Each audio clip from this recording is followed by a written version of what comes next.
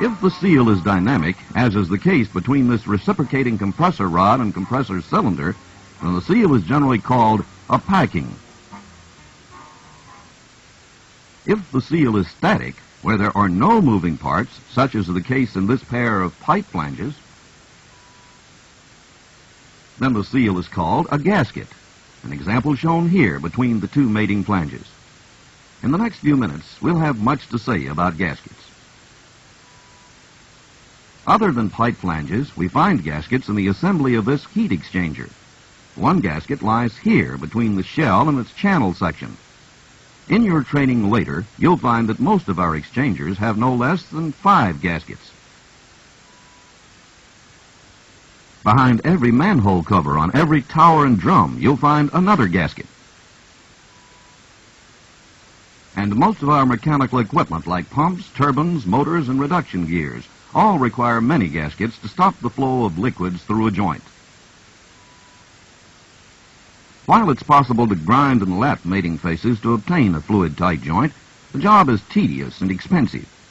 Here are a couple of mechanical seal parts that are finished to optical flatness. Generally, a gasket of some softer material is inserted between the mating faces. Keep in mind that the material of which the gasket is made is always softer than the joint flanges. Now let's see how a gasket does its job. In the faces of the mating flanges, there are imperfections that provide leak paths through the joint. In this graphic, these imperfections are greatly magnified. If in between these imperfect flanges we insert a gasket of a softer material, and then with bolting we compress the gasket between the mating flanges, the gasket material flows into the minor imperfections, resulting in a fluid-tight seal. Now note in this slide the effect of the joint when the bolting gets hot. The faces tend to separate. If the gasket retains its resiliency, the gasket material expands to maintain the integrity of the seal. If, on the other hand, the gasket material loses its resiliency, the seal loses its integrity and the joint leaks. Resiliency in a gasket material is then a prerequisite. Gasket materials must satisfy other requirements. They must have the strength to withstand the fluid pressure they must contain. In addition, they must be resistant to chemical attack if the fluid is so disposed. And these demanding requirements must be maintained in some cases at very high temperatures. In less demanding service, soft gaskets made of paper, rubber, cork, fabric, asbestos, Teflon, and a host of other materials are satisfactory. As the service grows more severe, gaskets of a semi-metallic design are employed. In this type, the metal components withstand the pressure, temperature, and the chemical attack, while the soft material within the cladding imparts resilience to the gasket. Where the service is extreme, metal seals, as we see here, are employed. In the succeeding segment, we'll discuss those gaskets in common use in the refinery today. But first, open your workbook to Exercise 1 and reinforce what you have just been told by answering the questions there.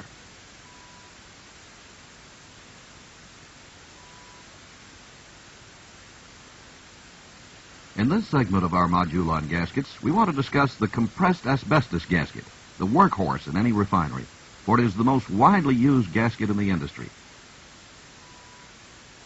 The asbestos gasket finds its most extensive use in pipe flange connections and manhole covers on drums and towers. To a lesser extent, this gasket finds employment in the assembly of exchangers. The compressed asbestos gasket for piping is a pre-cut gasket 1/16 of an inch thick. However, asbestos sheets are available in several different thicknesses. Lubricated on both sides with graphite to prevent the gasket from sticking to the flange faces when in service, and making it much easier to remove at some later date when the flanges are broken. The inside diameter of the asbestos gasket is equal to the outside diameter of the pipe with which it's to be assembled. For instance, in this example, a 4-inch gasket neatly encompasses a piece of 4-inch pipe. You may find the outside diameter of this gasket to be the same as the OD of the raised face of the flange, but ordinarily the OD is equal to the flange bolt circle less 1 bolt diameter. Dimensioned thus, the flange bolts, upon assembly, automatically center the gasket, as seen here. There is an exception to this when the gasket is used in flange assemblies wherein the flanges are flat-faced.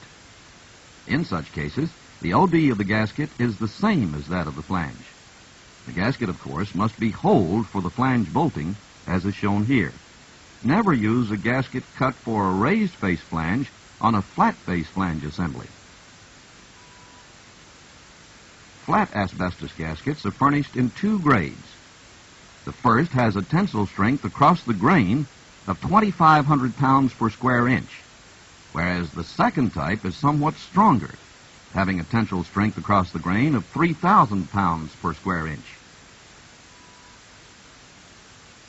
Flat asbestos gaskets of the first type are limited to a service wherein the design temperature does not exceed 600 degrees Fahrenheit, and the flange rating is limited to 150 pounds.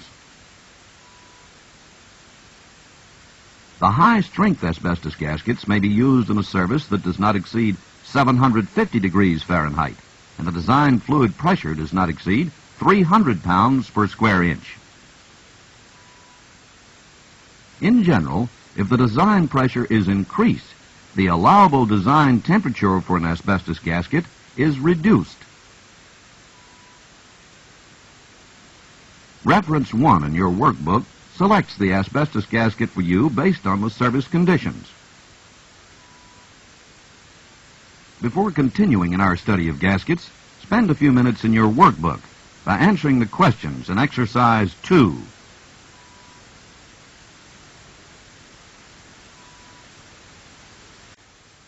As the design temperatures of the fluid to be contained rise above 750 degrees Fahrenheit, plain compressed asbestos gaskets are no longer satisfactory, and gaskets of a different design must fill the bill. These have been given the name metallic gaskets. Metallic gaskets are defined as those gaskets made of metal or having metallic components. This classification includes the solid metal gaskets and the semi-metallic gaskets, such as the spiral wound gaskets and the metal jacketed types. Keep in mind that semi-metallic gaskets under discussion are for raised face flanges.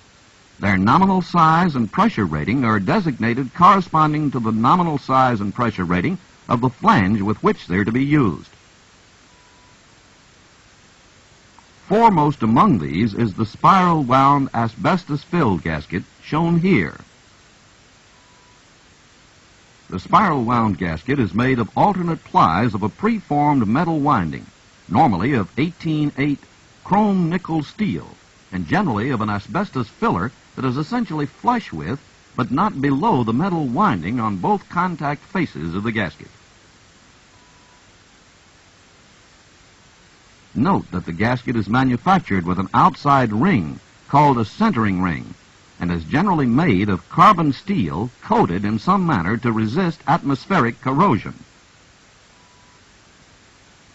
On the centering ring, look for markings that tell of the nominal size, pressure rating, winding material of other than 18-8 stainless steel. If other than asbestos, the filler material is identified by the manufacturer's trademark or name. In this slide, you can see how the flange bolting automatically centers the gasket between flanges. The spiral wound gasket is not generally used in services in which the design temperatures exceed 1,000 degrees Fahrenheit. This gasket is made for most sizes for all flange pressure ratings. They're suitable for the same pressure temperature conditions as their corresponding flange. Another metallic gasket which you may encounter is the one shown here with the name of double-jacketed corrugated asbestos gasket. As the name implies, there is a filler, generally of asbestos, enclosed in a double jacket composed of a corrugated top sheet crimped with a bottom sheet of like material. There is a latecomer to the gasket family that is proving to be effective in sealing moderately high temperature joints. This material has been given the name wire-reinforced compressed asbestos, an example of which is shown here. This gasket material is recommended in services where the design temperatures are not in excess of 1,000 degrees Fahrenheit, where the flange ratings are limited to the 300-pound class, and is effective in resisting the corrosive attack of sulfur compounds and hydrocarbons. Reference 1 in your workbook covers the recommended uses of semi-metallic gaskets. Now turn to exercise 3 in your workbook and answer the questions therein.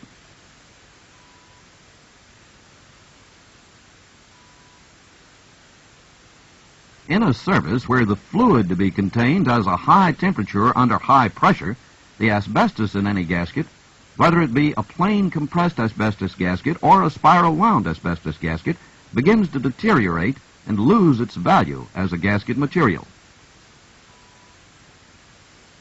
For this extreme service, the ring joint flange with its metallic ring gasket was developed. The flanges, as you see here, are similar to a standard raised face flange, except that the raised faces of the companion flanges are grooved to receive a metallic ring displayed here between the flanges. The metallic ring may be octagonal in cross-section, but the standard with us is the ring displayed here, oval in cross-section. The metallic ring joint gasket is generally warehoused in plain carbon steel for non-corrosive service. Where the fluid to be contained is corrosive, a ring joint gasket of 5% chrome content is the correct choice. Ring joint gaskets are suitable for hydrocarbon service where the design temperatures are in excess of 1,000 degrees Fahrenheit. At this temperature, the design flange ratings may not exceed 900 pounds in sizes greater than 2 inches. Ring joint gaskets are sized by R numbers. For instance, R number 37, as is stamped on this ring, fits a 4-inch, 300-pound ring joint flange.